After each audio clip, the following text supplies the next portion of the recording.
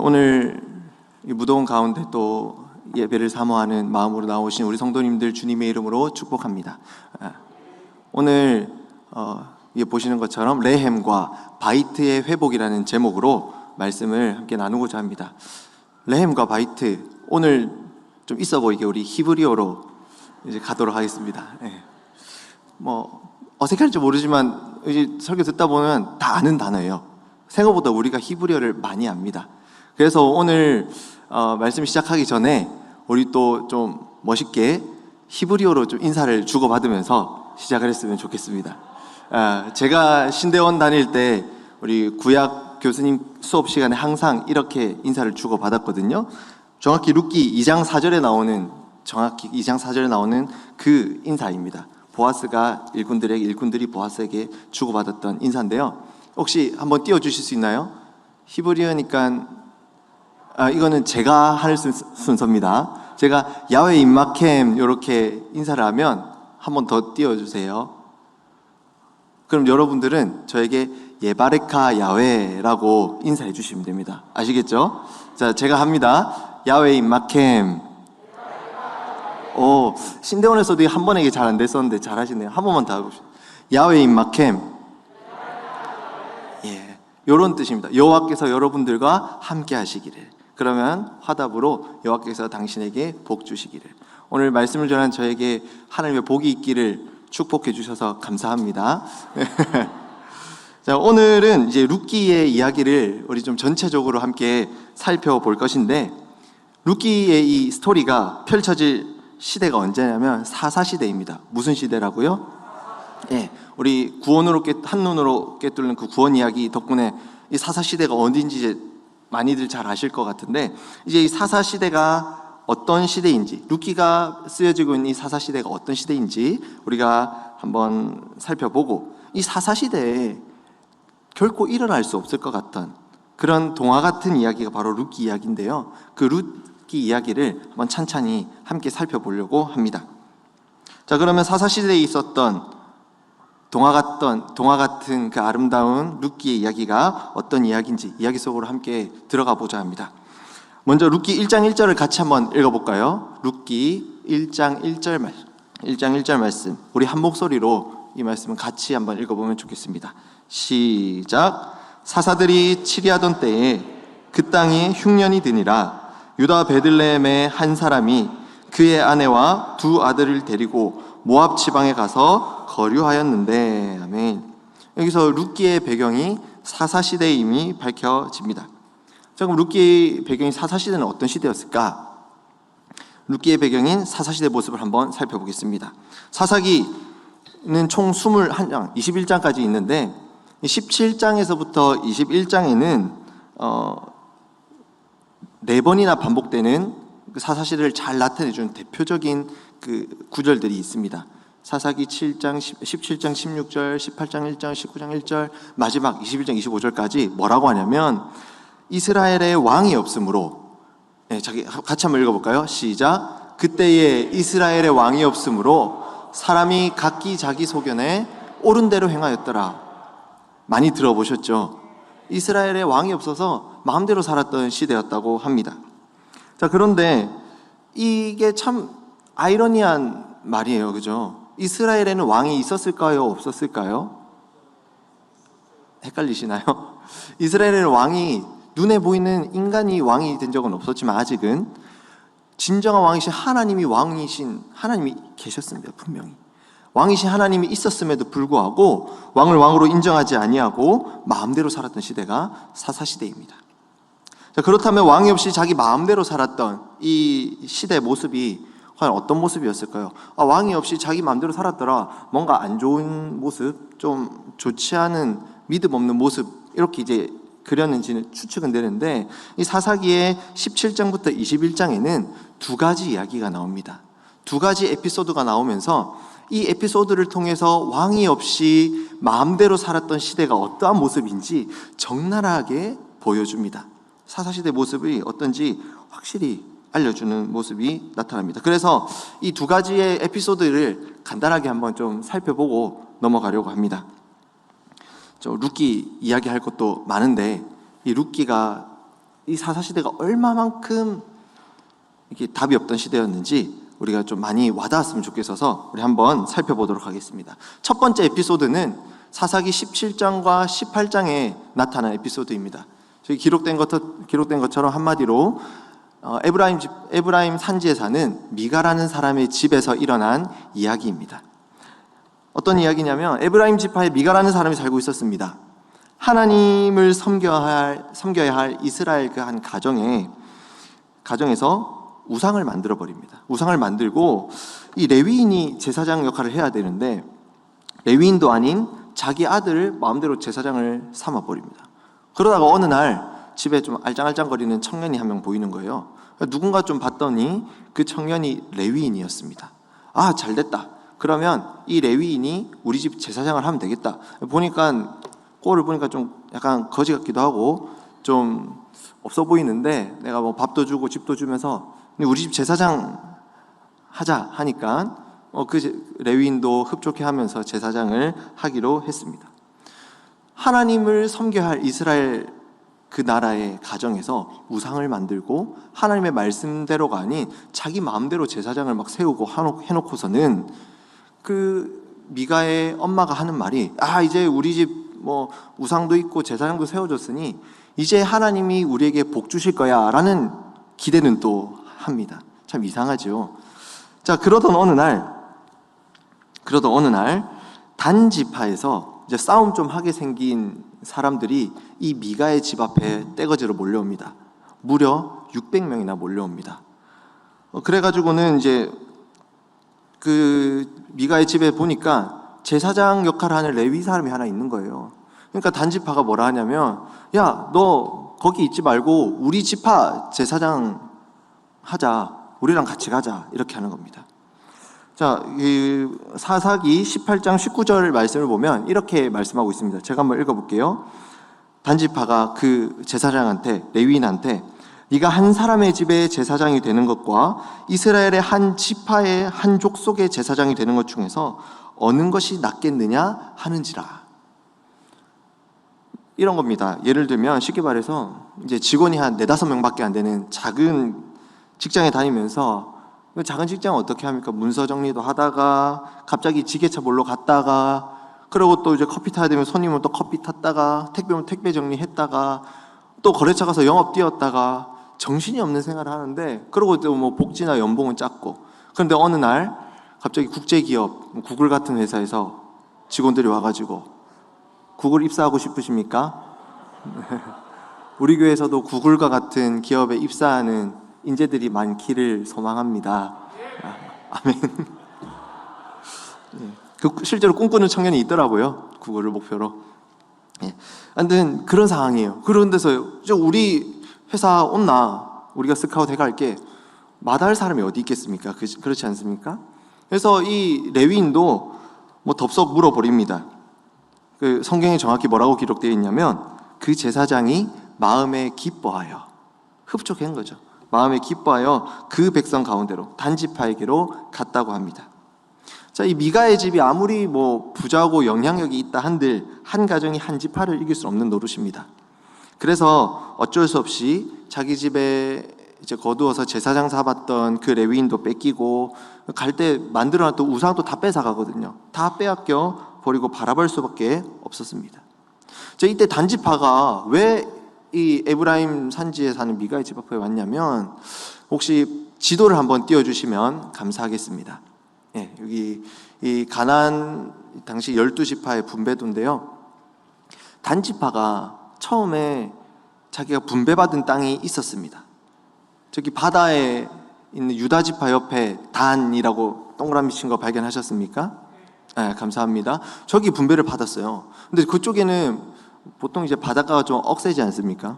억세고 이제 블레셋과 인접한 곳인데 블레셋도 철기 문화도 있고 이거 하나님이 그 여호수아 때 분배를 받긴 했는데 힘든 거예요. 자기들이 정복하기에는 이제 버거운 겁니다.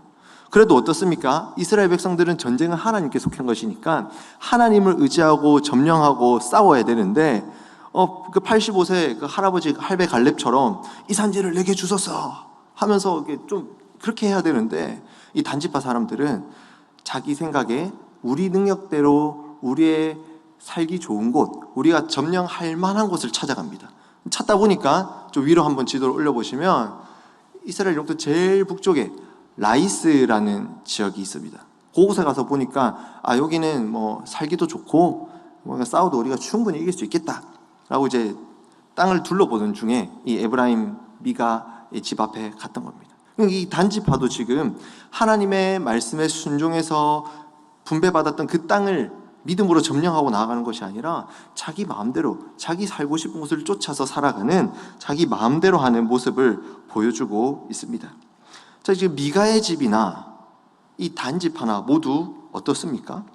하나님의 말씀에 순종하는 모습은 온데간데 없고 불순종하는 모습, 자기 마음대로 신앙생활하는 모습만 나타나고 있습니다. 또 한 가지 에피소드를 한번 살펴보겠습니다. 두 번째 이야기가 19장부터 21장까지 나타납니다. 한마디로 이 이야기는 레위인의 첩과 이스라엘의 내전 사건을 다루고 있습니다. 첫 번째 이야기가 하나님의 말씀은 온데간데 없고 자기 마음대로 살아가는 모습을 보여줬다면, 이 두 번째 에피소드에서는 그렇게 하나님 없이 마음대로 살아가는 그 삶이 얼마나 비참하고 처참한지를 보여주고 있습니다. 얘기는 이렇게 시작됩니다. 한 레위인이 첩을 맞이했다는 이야기로 시작합니다. 막장 드라마의 스타트와 거의 비슷합니다. 요즘 막장 드라마가 뭔지 물어봤더니 TV조선에서 방영하는 임성환 작가의, 아십니까? 제목부터 시작부터 강렬하더라고요. 뭐더라? 결혼 작사 이혼 작고. 나오시네요. 결혼 작사 이혼 작고. 재밌게 보시고 계십니까? 안 보십니까? 저도 이게 듣고 어떤 내용인지 몰라서 1화만 1.5배속으로 해서 한번 쭉 봤는데 1화부터 벌써 새 가정이 서로 막 바람 나고 지금 난리가 나더라고요. 1화만 봤는데. 자, 이제 다음 주 휴가 때 그것을 정주행해야 하나 지금. 요즘 막장 드라마를 보면은 처음부터 막 결말처럼 막 풍비박상 나는 게 전개가 굉장히 빠르지 않습니까? 이 두 번째 에피소드도 전개가 진짜 빠릅니다. 레위인이 첩이 있었다. 말도 안 되는 이야기를 시작하더만 바로 다음 19장 1절 넘어 2절에 가서는 이제 첩이 또 바람을 핍니다. 전개가 굉장히 빠르죠. 첩이 바람을 피고는 이제 친정, 베들레헴에 있는 친정으로 도망갑니다. 어쩌지 레위인이 다시 첩을 찾으러 장인어른 집에 가고 어쩌지 해서 다시 집에 돌아오는데, 돌아오는 길에 이제 밤이 어두워서 하루 자고 가야 되는데 이방 땅은 좀 위험하니 우리 근처에 있는 그 베냐민 지파 땅에서 자자. 베냐민 지파의 기브아라는 곳에서 하룻밤을 자게 됩니다. 그런데 이게 이스라엘이란 나라는 고아와 과부와 객, 이런 나그네들을 잘 대접하는 그런 나라여야만 합니다. 하나님 율법대로 살면. 근데 밤이 되도록 가는데 누구 하나 대접하는 사람이, 집으로 오라는 사람이 없는 거예요. 그러다 지나가던 노인이 우리 집에서 하루 묵고 가세요 해서 겨우 들어갔는데 그날 밤 또 사건이 터집니다. 어디서 어떻게 소문이 났는지 이 기브아의 그 불량배들이 와서는 막 문을 두드리면서 내 다 알고 왔다. 여기 왔던 그 손님들 내놔라 하면서 뭐라고 얘기하냐? 우리 사사기 19장 22절 말씀을 보면 제가 한번 읽어보겠습니다. 내 집에 들어온 사람을 끌어내라. 우리가 그와 관계하리라. 이 말씀 보니까 너무 비슷한 게 창세기 19장에 나온 소돔과 고모라랑 너무 비슷해요. 롯에게 찾아갔던 두 천사에게 그 소돔과 고모라 사람들이 몰려와서는 롯을 부르고 그에게 이르되 오늘 밤에 내게 온 사람들이 어디 있느냐 이끌어내라. 우리가 그들을 상관하리라. 너무 비슷해요. 지금 이 사사기의 장면은 이방 땅이 아니라 이스라엘 땅입니다. 그런데 소돔과 고모라와 거의 똑같은 모습이에요. 그래서 막 문을 두드리면서 그 손님들 데리고 온나 하니까 그때부터 이제 또 막장을 치닫는 모습이 나타나는데, 참 우리로 하여금 할 말을 잃게 만든 스토리입니다. 뭐라고 하냐면 그 집의 주인이 노인이 나한테 딸이 한 명 있는데 내 딸 줄게. 그리고 이 손님한테도 보니까 첩이 있던데 첩 줄게. 자기 딸을 내주는 것도 이해 안 되는데 첩은 무슨 죄입니까? 그렇지 않아요? 근데 더 웃긴 것은 그 레위인도요, 이 첩을 그렇게 내준다는데 별 반응이 없습니다. 그리고 오히려 이제 머뭇머뭇하고 그랬는지 막 문을 부술 것처럼 막 하니까 오히려 레위인이 나서가지고 자기 첩을 끌어다가 그 불량배들에게 줘버립니다. 그리고 이제 끔찍한 모습이 나타납니다. 이제 사사기 19장 25절 말씀을 보면 이렇게 기록되어 있습니다. 무리가 듣지 아니하므로 그 사람 레위 사람이 자기 첩을 붙잡아 그들에게 밖으로 끌어내매 그들이 그 여자와 관계하였고 밤새도록 그 여자를 능욕하다가 새벽 미명에 놓은지라. 그 자가 어떻게 됐겠습니까? 죽고 시체로 남아 있습니다. 자, 여기서도 막장이 끝나지 않습니다. 이제 막장에 막장을 넘어서 무슨 표현이 있을까요? 멍멍이 막장? 까지 이제 치달아가고 있습니다. 이제 하나님을 왕으로 삼지 않는 이 이스라엘은 더 이상 이 여자라는 존재는 인격적인 존재로 대우하지 않고 이제 재산의 일부로 취급당할 뿐이었습니다. 그래서 이 레위인은 자기 첩, 자기가 어떤 사랑하는 여인의 죽음에 대한 분노 때문이 아니라 그저 자기 재산을 잃은 분노 때문에 더 끔찍한 일을 벌입니다. 어떤 일을 벌이냐? 토막살인사건, 토막사건. 12덩이로 그 시체를 토막을 내서 이스라엘 지파에게 다 뿌려버립니다. 그 사실을 알고 이제 이스라엘의 그 결과가 내전이 일어납니다. 이 베냐민 지파를 11지파가 연합해서 치러 오는 사건이 벌어집니다. 그 결과 이스라엘의 내전이 벌어져서 이 베냐민 지파의 씨가 마르게 생겼습니다. 이제 이 베냐민 지파에는 장정이 600명밖에 남지 않은 정도로 완전히 이 지파가 한 지파가 없어지게 되어 버렸습니다. 자, 이 두 가지 이야기, 미가의 집에서 일어나는 이야기, 레위인의 첩사건과 이스라엘 내전 이야기, 이 두 이야기가 왕이 없이 자기 마음대로 살았던 그 사사시대가 어떤 시대인지 적나라하게 보여주는 이야기였습니다. 자, 그러면 이러한 시대에 룻기는 어떠한 이야기를 우리에게 말해주고 있을까요? 이제 룻기 이야기를 한번 살펴보고자 합니다. 룻기 이야기를 이제 시작하는데 참 룻기도 할 얘기가 참 많지만 이 사사기 이야기를 이렇게 좀 길게 한 이유는 사사시대가 어떤 시대였는지, 얼마큼 악한 시대였는지, 그래서 이 사사시대의 룻기의 이야기는 마치 동화와 같이 느껴질 만큼 이 시대와 맞지 않은 아름다운 이야기인지를 좀 우리가 느끼기 위해서 좀 얘기를 길게 했었습니다. 자, 지금부터 시작되는 룻기의 이야기가 위와 같은 이 두 가지 에피소드와 같은 일이 일어난 그런 사사시대였던 것을 우리가 기억하면서 우리 룻기 이야기를 계속해서 한번 이어나가 보도록 하겠습니다. 자, 룻기 이야기는 베들레헴에 사는 엘리멜렉이라는 사람의 가정에 스포트라이트가 비추어집니다. 이러한 룻기 이야기는 자기 마음대로 살다가 비참한 삶을 경험하는 사사시대의 그 이야기, 딱 사사시대의 이야기로 시작이 됩니다. 아까 읽었던 우리 룻기 1장 1절 말씀을 다시 한 번 더 읽어보겠습니다. 룻기 1장 1절 말씀 같이 한 목소리로 읽어보겠습니다. 시작. 사사들이 치리하던 때에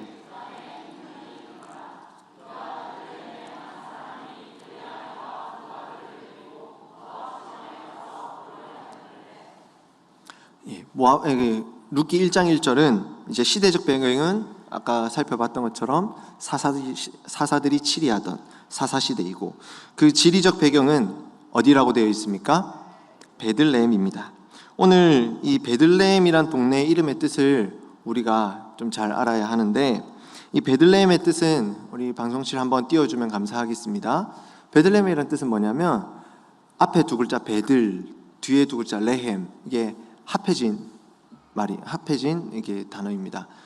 예, 바이트라는 단어가 집 혹은 가문이라는 의미의 단어고요. 그리고 레헴이라고 하면 빵, 음식이라는 단어입니다. 바이트, 레헴, 베들레헴, 이게 합쳐져서 베들레헴은 한마디로 그럼 뭐라고 할겠습니까? 빵집이라고 할 수 있는, 빵집이라는 의미를 지닌 동네가 베들레헴입니다. 빵집 가고 싶으십니까? 아까 우리 설교 제목 기억나시나요? 레헴과 바이트의 회복. 여기 이게 베들레헴입니다. 베들레헴. 베들레헴의 레헴이 레헴. 나중에 마치고 물어볼게요. 저도 궁금하네요. 예. 이 베들레헴의 의미를 이제 기억하면서 우리 또 한번 보도록 하겠습니다. 근데 이 베들레헴, 빵집이라는 이름의 이 베들레헴에 심각한 문제가 생겼습니다. 흉년이 든 거예요. 이름은 명색이 빵집인데 이 빵집에 이제 더 이상 빵이 보이지가 않게 됩니다. 빵 굽는 냄새가 더 이상 나지 않게 되어버렸습니다. 바이트 레헴 중에서 지금 무슨 문제가 일어난 겁니까? 레헴, 빵의 문제, 먹고 살 문제가 이제 생겨버렸습니다. 이 레헴의 문제가 생겼을 때 사사시대를 살고 있는 하나님의 백성의 그 한 가정, 엘리멜렉의 가정이 어떻게 했을지, 어떠한 해결책, 어떠한 대책을 했는지 이제 1장에 계속해서 나타나는데, 레헴의 문제가 생기자 이 엘리멜렉의 가정은 어떠한 조치를 취하냐? 하나님을 의지하고 믿음으로 살면 참 좋았겠는데 그러지 못하고 레헴의 문제가 생기자 곧바로 하나님이 주신 기업인 그 베들레헴을 떠나버립니다. 얼마 전에 제가 맥도날드를 갔는데, 저는 맥도날드에서 제일 좋아하는 것 중에 하나가 감자입니다. 프렌치 프라이. 근데 갔는데 세트를 시켰는데 감자가 수급이 어렵다고 감자가 없다는 거예요.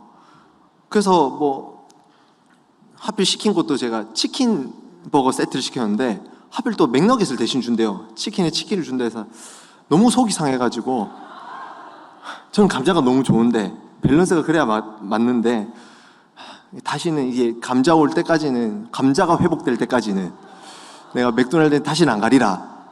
여러분, 감사하게도 맥도날드에 감자가 다시 수급되어서 나온다고 합니다. 할렐루야. 너무 감사합니다. 예. 아마 금기 끝나면 또 가고 싶은 유혹이 굉장히 많을 것 같습니다. 이렇게 레헴의 문제가 생기니까 이 모압으로, 바로 베들레헴을 떠나서 모압이란 곳으로 갑니다. 모압은 이스라엘 땅이 아니라 이방 땅입니다. 이스라엘 총회에 들어오지 못하는 민족이 모압 민족인데, 하나님이 주신 기업을 떠난 모압 땅으로 가버리는 조치를 취합니다. 아이러니하게도 이 가장의 이름은 아까 얘기했던 엘리멜렉인데, 엘리, 나의 하나님은 멜렉, 왕이시다. 그 가장의 이름이 나의 하나님은 왕이시다라는 이름을 가졌습니다. 만약에 룻기를 쓴 사람이 만약 동화 작가라고 한다면 참 이게 이름을 잘 지은 것 같아요. 그렇지 않습니까? 왕이 없으므로 자기 마음대로 살았던 시대에 그 처음에 나타나는 사람의 이름이 나의 하나님은 왕이시다.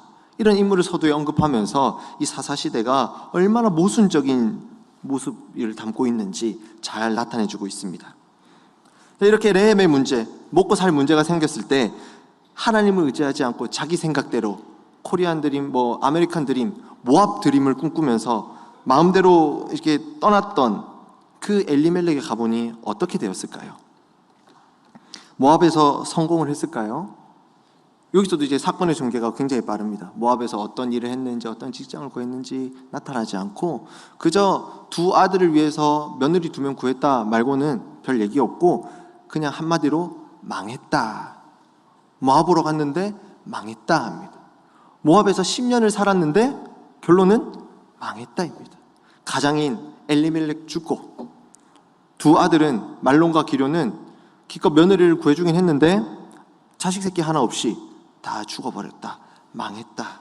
이 얘기를 하고 있습니다. 한마디로 파산 상태가 되어버린 겁니다. 이 조합이, 굉장한 조합이 되었습니다. 시어머니와 두 며느리. 지금 휴가 기간인데 여러분들 중에서는 시어머니와 두 며느리, 이 3명의 조합으로 휴가를 떠날 자신이 있는 분들이 얼마나 계시나요? 절레절레 하시는데 참 쉽지 않은 조합이에요. 그렇지 않습니까?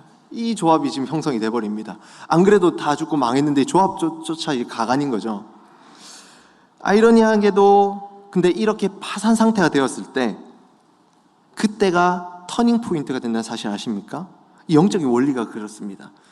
복음을 깨닫기 위해서, 예수 그리스도가 필요하다는 걸 인지하기 위해서 우리가 파산 상태라는 사실을 인지할 때 그때 터닝 포인트가 되고 소망의 희미한 불빛을 보는 때가 된다는 사실입니다.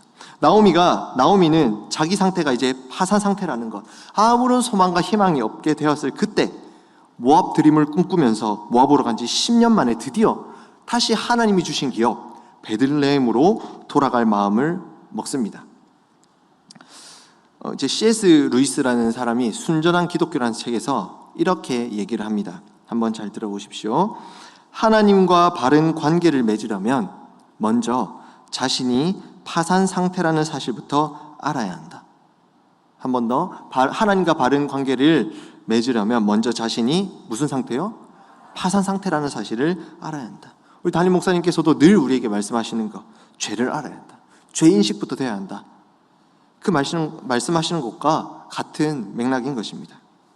그래서 이제 룻기 1장 6절입니다. 룻기 1장 6절은 이렇게 말씀합니다. 그 여인이 모압 지방에서 여호와께서 자기 백성을 돌보시사 그들에게 양식을 주셨다 함을 듣고 이에 두 며느리와 함께 일어나 모압 지방에서 돌아오려 하여, 이제 다시 베들레헴으로 자기가 이제 아무런 소망 없는 파산 상태가 되니 그때서 다시 하나님이 주신 기업 베들레헴으로 돌아갈 생각을 하게 되었습니다.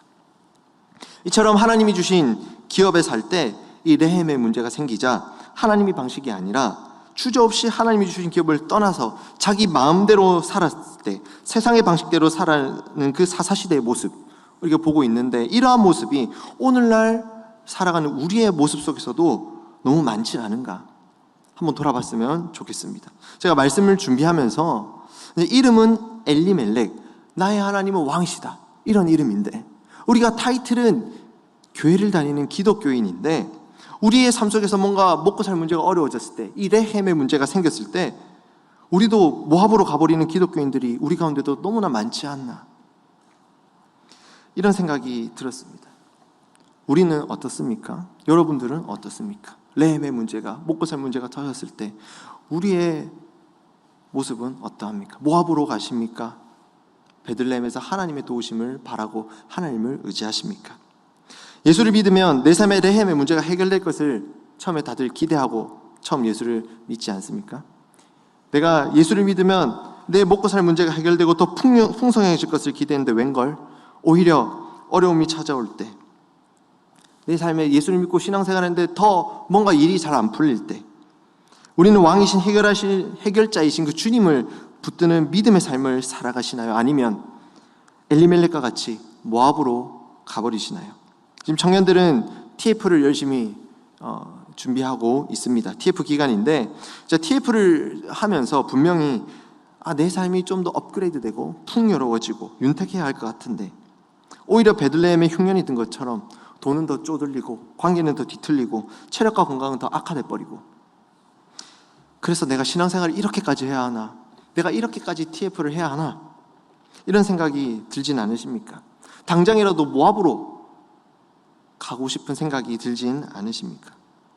이 룻기, 이 서두의 이야기를 통해서 우리가 기억해야 할 사실이 하나 있습니다.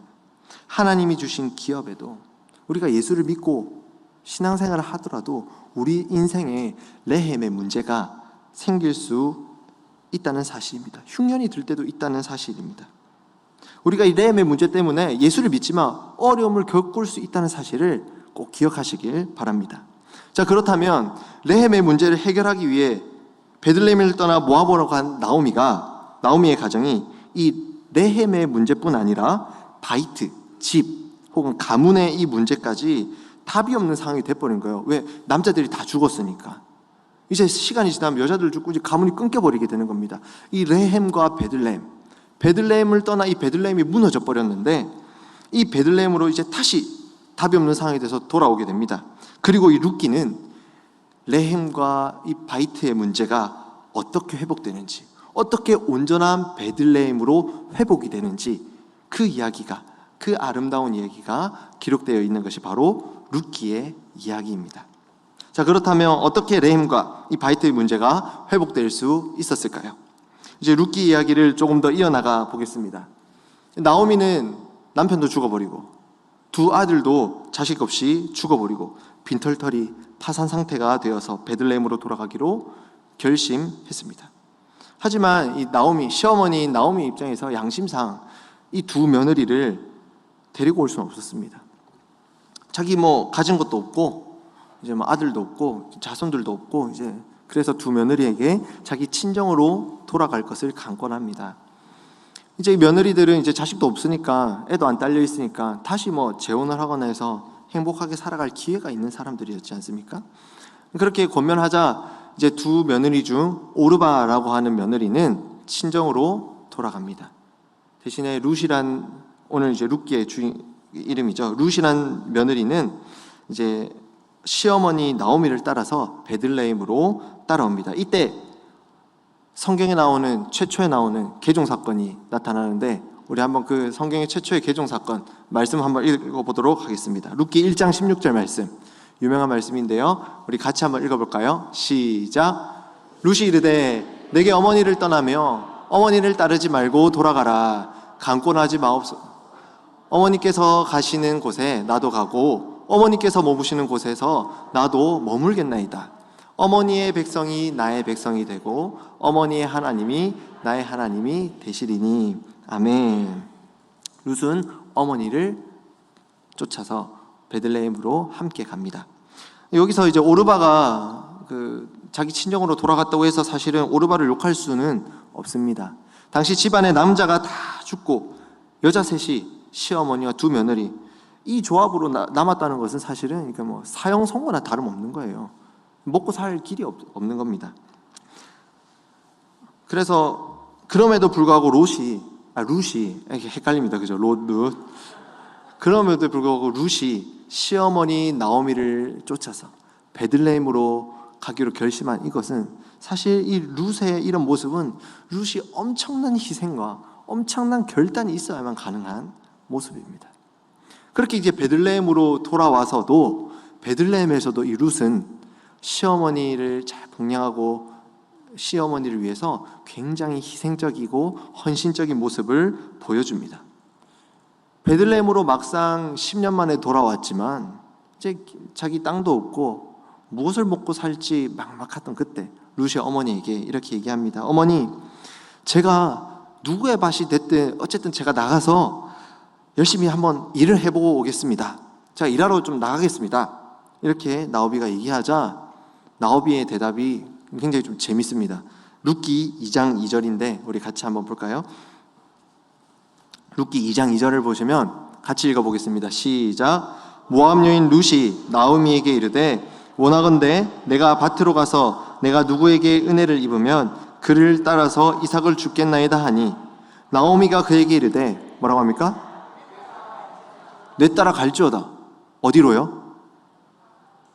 그냥 가랍니다. 룻은 모압 사람입니다. 베들레헴에 지인이 아무도 없습니다. 그런데 가랍니다. 가라. 이제 부산 외대, 저기 전라도에서 부산 외대로 유학 온 친구가 한 명 있는데, 자기도 길을 모르니까 가다가 막다른 길에 갔다고 하는 에피소드가 있었대요. 그리고 뒤에 또 누군가 따라오더만 또 타지에서 온 사람이 자기를 따라와서 길 모르니까 따라왔다는데, 타지에서 길도 모르고 아는 사람도 없는데 그래도 좀 열심히 한번 해보겠다고 나 일하러 가겠습니다 하면 룻은 나오미는 어떻게 해야 됩니까? 내가 10년 전에 그래도 아는 지인이 좀 있는데 그거 한번 가봐라, 이렇게 나와야 되는데, 나오미는 뭐 대뜸 그래 가라. 룻도 머리를 아마 좀 긁적이지 않았을까요? 그렇게 갔는데 마침 룻기 2장 3절에 보면 참 이 단어가 그렇게 감동적으로 와닿을 수 없습니다. 우연히. 룻기 2장 3절에 보면 우연히 보아스, 엘리멜렉의 친족 보아스에게 속한 밭에 이르렀더라. 우연히. 여기서 이제 우리가 알 수 있는 것은 답이 없어서 결국엔 하나님께 돌아왔을 그때부터 이제 하나님의 일하심이 시작됨을 볼 수 있다는 사실입니다. 우연이란 말은, 우연이라고 기록되어 있지만 이 우연이란 말은 우리 인간의 입장에서 사실 표현한 것이지, 사실 이 표현은 하나님에게는 맞지 않죠. 하나님이 그의 백성들을 인도하시는 그 표현이지 않습니까? 그 우연, 너무나도 아름다운 표현인 것 같습니다. 보아스의 밭에서 이제 룻은 보아스에게 많은 배려를, 은혜를 입습니다. 보아스는 시어머니를 따라 보아스는 시어머니를 따라 이제 모압에서 따라온 그 룻에 대해서 소문을 들어서 알고 있었고, 그래서 비록 모압 사람이지만 그녀에게 은혜를 베풀어 줍니다. 같이 일하는 남자들에게 함부로 대하지 못하도록 하고, 밥 먹을 때 같이 밥도 맛있게 먹도록 해주고, 또 일부러 이삭을 흘려서 룻이 더 많은 이삭을 주워갈 수 있도록 배려를 해줍니다. 우리 성경을 통해서 한번 확인해 볼까요? 룻기 2장 14절로 16절까지입니다. 룻기 14절로 16절까지 우리 같이 한번 읽어볼까요? 시작. 식사할 때에 보아스가 룻에게 이르되 이리로 와서 떡을 먹으며 내 떡 조각을 초에 찍으라 하므로 룻이 곡식 빼는 자 곁에 앉으니 그가 볶은 곡식을 주매 룻이 배불리 먹고 남았더라. 룻이 이삭을 주우러 일어날 때에 보아스가 자기 소년들에게 명령하여 이르되 그에게 곡식단 사이에서 줍게 하고 책망하지 말며 또 그를 위하여 곡식 다발에서 조금씩 뽑아버려서 그에게 줍게 하고 꾸짖지 말라 하니라. 아멘. 너무 아름다운 모습이지 않습니까?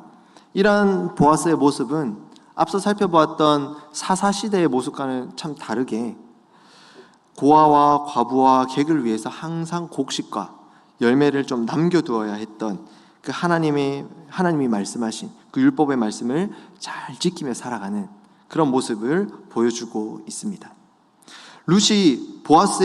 룻과 이런 보아스의 배려와 헌신 덕분에 이제 나오미는 베들레헴으로 돌아와서 이제 레헴의 문제, 먹고 사는 문제는 이제 어느 정도 해결이 되었습니다. 풍족하지 않을지 모르지만 어쨌든 보아스의 밭에서 이삭을 좀 주워서 끼니를 때울 수 있게는 된 것이죠. 하지만 여전히 무슨 문제가 나와 있습니까? 베들레헴에서 레헴은 됐는데 반만 됐습니다. 바이트의 문제가 여전히 남아 있는 것입니다. 시어머니와 며느리, 여자 2명밖에 없기 때문에 이제 이 집안이, 이 가문이, 이 바이트, 이 문제가 끝나는 것은 시간 문제입니다. 세월이 흘러 늙어서 나오미가 죽고 룻이 죽으면 그 가문을 이을 자손이 하나도 없게 되죠. 모압에서 베들레헴으로 돌아왔지만 온전한 베들레헴으로의 회복이 아직 덜 되었습니다. 그럼 이제 레헴의 문제를 넘어 바이트의 이 문제, 집안의 문제, 가문의 이 문제는 어떻게 회복될 수 있었을까요? 이제 레헴의 문제와 바이트의 문제가 해결되어서 온전한 베들레헴 모습으로 회복되는 그 모습이 오늘 본문에 나타납니다. 근데 이를 이해하기 위해서는 이스라엘에 하나님이 주신 2가지 제도를 우리가 먼저 이해를 하고 있어야 합니다. 그 2가지 제도 중에 하나는 뭐냐면 수혼 제도입니다. 무슨 제도요? 수혼 제도. 또 하나의 제도는 기업 무르는 제도입니다. 기업 무르는 제도. 오늘 새벽에 또 우리 지평종 전사님이 고엘, 기업 무르는 제도에 대해서 잘 설명해 주셨는데 2가지 의미라고 하셨죠. 하나는 그 기업을 사는 것, 또 하나는 보복자로서 끝까지 보복해주는 든든한 고엘 했는데 룻기에 나타나는 것은 전자입니다. 오늘 새벽 묵상은 후자였고, 자 먼저 수혼제도에 대해서 한번 살펴보겠습니다. 수혼제도는 구약성경 신명기 25장 5절부터 10절에 보시면 잘 기록되어 있습니다. 오늘 시간상 다 읽진 않겠지만 성경 말씀의 본문에 의하면 어떤 제도이냐, 형이 결혼을 해서 아들을 낳아야 하는데 아들을 낳지 못하고 죽어버립니다. 아들이 없으면 이제 대가 끊기니까 이제 그 대를 이을 방법이 수혼제도인데, 동생이 형수랑 다시 결혼해가지고 형수를 통해서 자녀를 낳아서 대가 이어지도록 하는 게 수혼제도입니다. 자, 그렇게 되면 형의 이름으로 이 기업이 이어지도록 하는 거기 때문에 동생이 형수와 결혼해서 아들을 낳으면 그 아들은 법적으로 내가 형수랑 결혼해서 낳았지만 내 아들이 아니라 형의 아들이 돼버린 겁니다. 자기에게 얻는 건 없어요. 그리고 또 하나의 제도가 뭐라 했죠? 기업 무르는 제도, 고엘 제도. 이 고엘 제도는 레위기 25장을 쭉 보시면 나타나는데 희년과 관계된 제도인데요. 이 제도는 사람이나 물건, 땅 이런 것들이 어떤 증서에 의해서 팔렸을 경우에 가까운 친족이나 소유주가 그에 해당하는 속전, 돈을 지불하고 다시 그것을 취소하고 물을 수 있는, 땅을 다시 사주는 그런 제도입니다. 만약 형편이 좋지 않아서 내가 너무 가난해서 이 땅을 팔아야 되는 거예요. 제가 만약에 태평양 아파트 101호에 살고 있는데 돈이 없어서 이제 원룸으로 가야 돼서 태평양 아파트를 팔았다고 합시다. 그때 가까운 친족이 대신 다시 그 아파트를 사서 저한테 주는 거예요. 그게 고엘제도는 거예요. 친족이 사줬다 해서 자기께 되는 게 아니라 다시 제게 된 거예요. 요즘 우리 청년들 표현으로 그것을 혜택을 받은 사람들은 개이득이라 하겠죠. 그 수혼제도나 이 기업 무르는 제도, 고엘제도는 사실 어떤 개인 재산의 증식을 위해서가 아니라 이득이 될 만한 그런 요소가 사실은 전혀 없습니다. 오히려 더 나은 형편의 사람이 헌신하고 희생해서 그 가문의 맥이 끊어지지 않도록 하는, 공동체가 무너지지 않도록 하는 제도가 이 수혼제도고 고엘제도, 기업 무르는 제도입니다. 혜택을 받는 자의 입장에서는 아까 재밌는 표현으로 개이득이겠지만 그것을 그 의무를 행하는 자들의 입장에서는 사실은 많은 희생이 따르는 제도입니다. 자, 그럼 이 두 가지 제도를 생각하면서 다시 룻 이야기로 한번 돌아가 보겠습니다. 룻이 밭에서 열심히 일을 하고 이제 집으로 돌아옵니다. 그리고 룻이 다른 사람이 아니라 기업 무르는 자의 한 사람이, 그 자격이 있는 보아스의 밭에서 일을 했다는 사실을 나오미가 알게 됩니다. 그래서 나오미가, 힘이 없던 나오미가, 아까는 일 갔나니까 그래 가라 했던 나오미가 갑자기 흥분하기 시작합니다. 누구? 보아스요. 누구? 보아스요. 와, 대박이다. 그때부터 이제 나오미가 머리가 팽팽팽팽 돌아가기 시작합니다.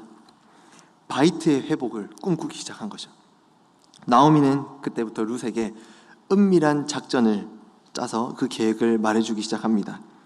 룻기 3장 3절로 4절에는 이런 내용이 기록되어 있습니다. 며느라가 단디 들어라. 단디 들어야 된다. 오늘 밤에 깨끗이 씻고, 오늘 보니 좀 예쁘네.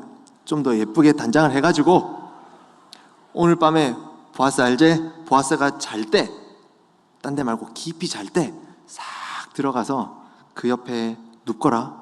어머니 밤에 그렇게 묻지마, 다쳐. 해보면 앞으로 일이 어떻게 진행될지 알게 될 거다. 이렇게 이제 얘기를 하는 거예요. 그리고 이제 룻은 참 착하죠. 또 시어머니 말대로 합니다. 밤에 열심히 일하고 깊은 잠에 빠져들었던 보아스 옆에 살짝 눕습니다. 보아스는 잠결에 뒤척이다가 뭔가 이제 걸리겠지 않습니까? 깜짝 놀랍니다. 누구예요? 눈이 커졌겠죠. 깜짝 놀랍니다. 그리고 그때 이제 룻이 보아스에게 이렇게 얘기를 합니다. 룻기 3장 9절 말씀, 여기 함께 보겠습니다. 룻기 3장 9절 한 목소리로 읽어보겠습니다. 시작.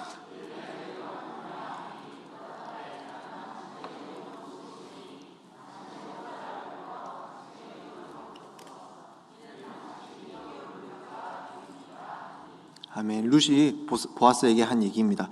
PPT 아까 제가 보내드린 거 한번 띄워주셨으면 좋겠습니다. 이 부분에 대해서 NIV 스터디 바이블에서 설명하기를 뭐라고 설명하냐면, 야, 무슨 강의 시간 같다, 그죠?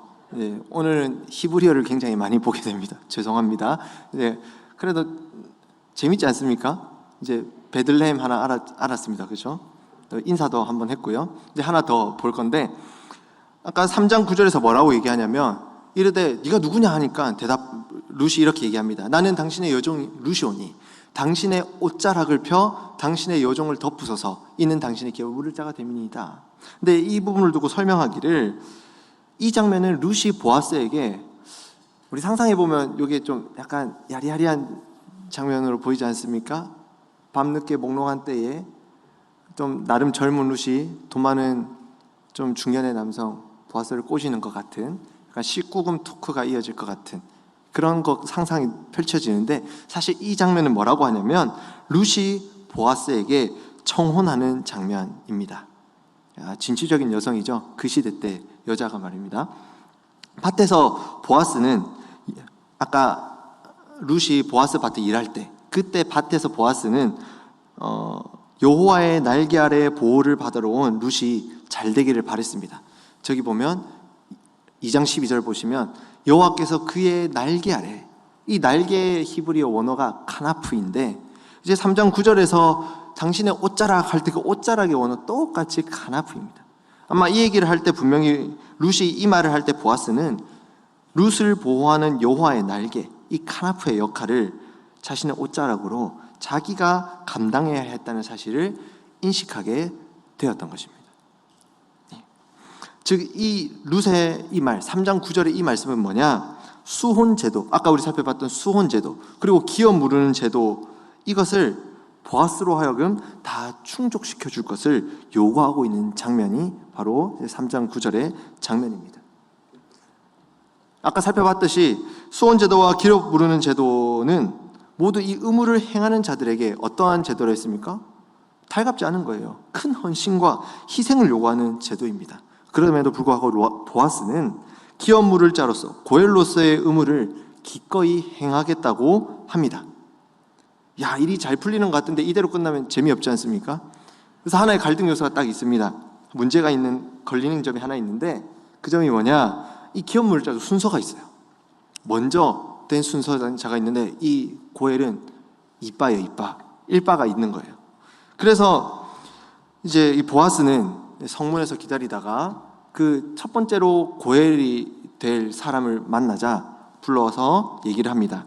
오늘 이제 읽었던 본문인데 룻기 4장 3절과 4절, 이것도 한번 읽어보겠습니다. 룻기 4장 3절 4절 시작. 보아스가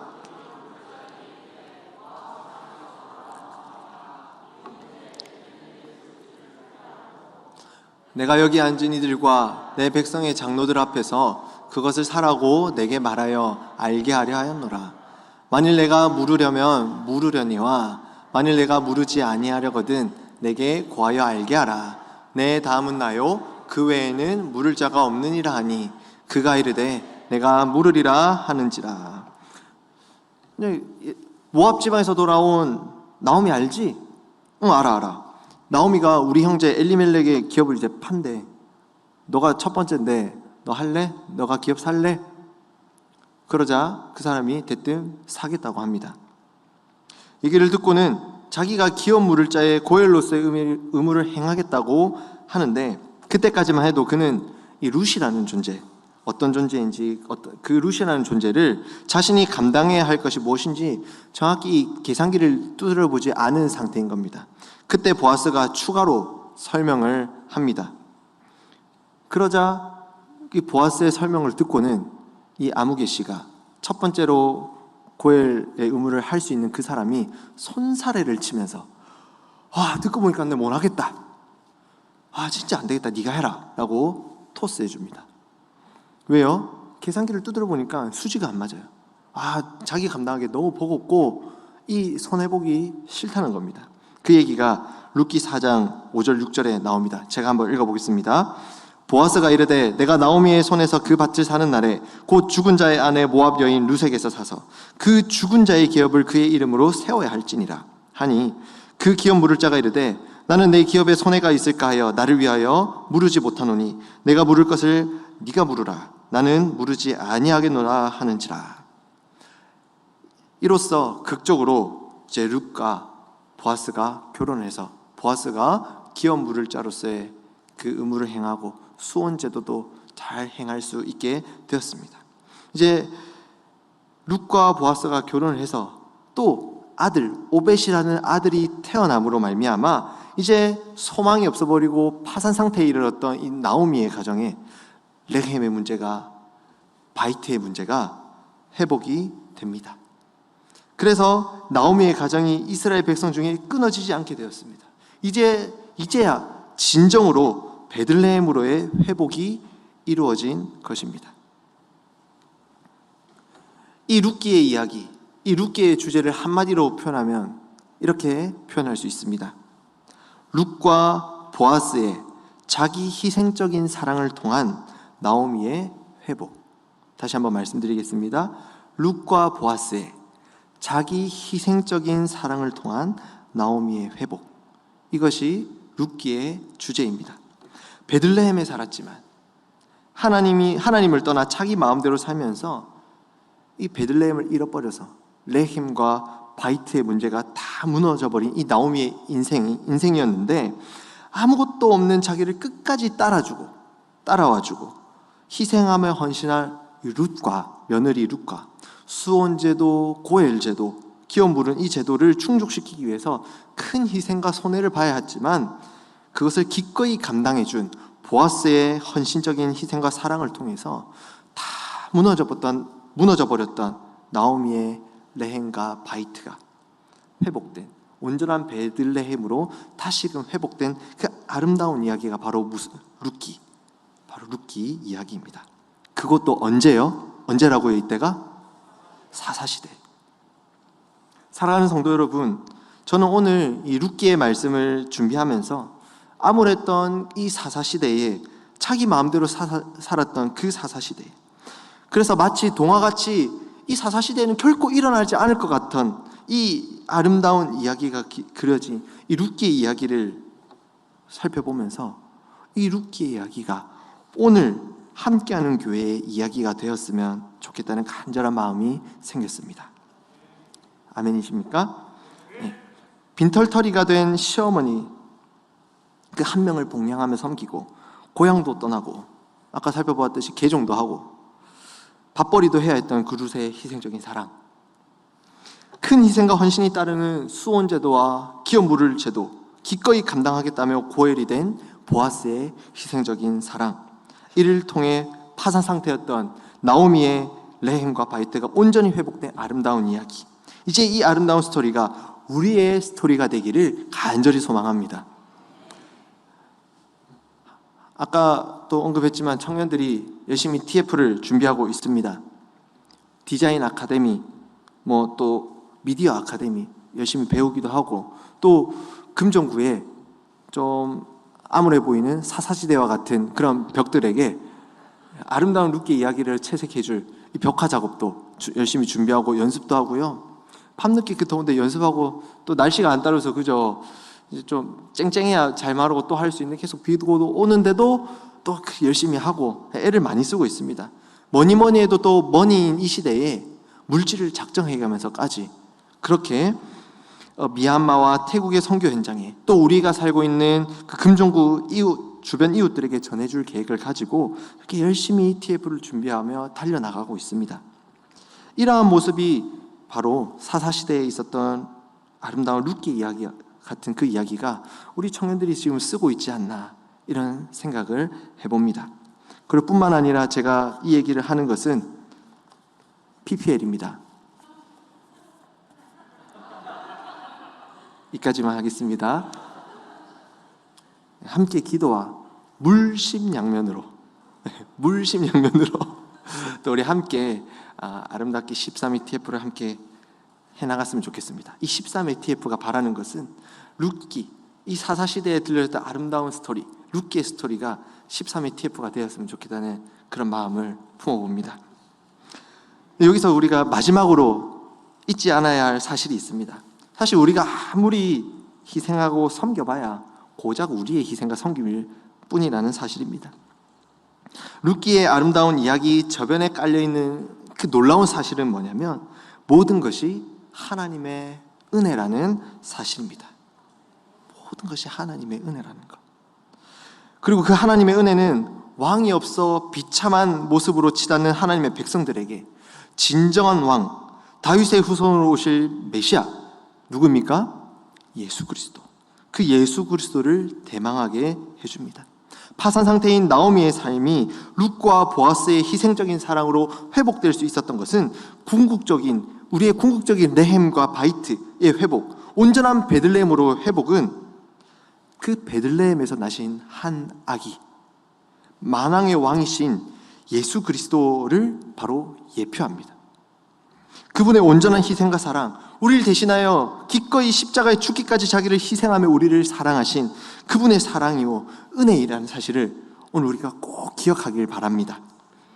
그래서 오늘 우리가 찬양하며 기도할 그때 우리가 잊지 않아야 될 것, 하나님의 그 사랑, 예수 그리스도를 십자가에 내어주시기까지 사랑하신 그 사랑을 기억하면서 그 은혜와 사랑에 젖어드는 오늘 이 시간이 되길, 예배 시간이 되길 간절히 소망합니다. 그리고 한 번 더 나아가서 우리가 먼저 예수 그리스도의 그 희생의 사랑으로 인해서 우리의 이 베들레헴이 온전히 회복되었다면, 그 은혜를 누리는 자가 되었다면, 이제 이 사사시대에 못지않은 이 악한 시대를 살아가는 오늘날 우리의 희생과 섬김을 통해 베들레헴의 회복을 누리는, 바이트와 레헴의 회복을 누리는 자들이, 그 회복을 누리는 자들이 많이 생겨나는 아름다운 이야기가 우리를 통해, 함께하는 그를 통해 많이 생겨나길, 들려지기를 간절히 소망합니다. 아멘.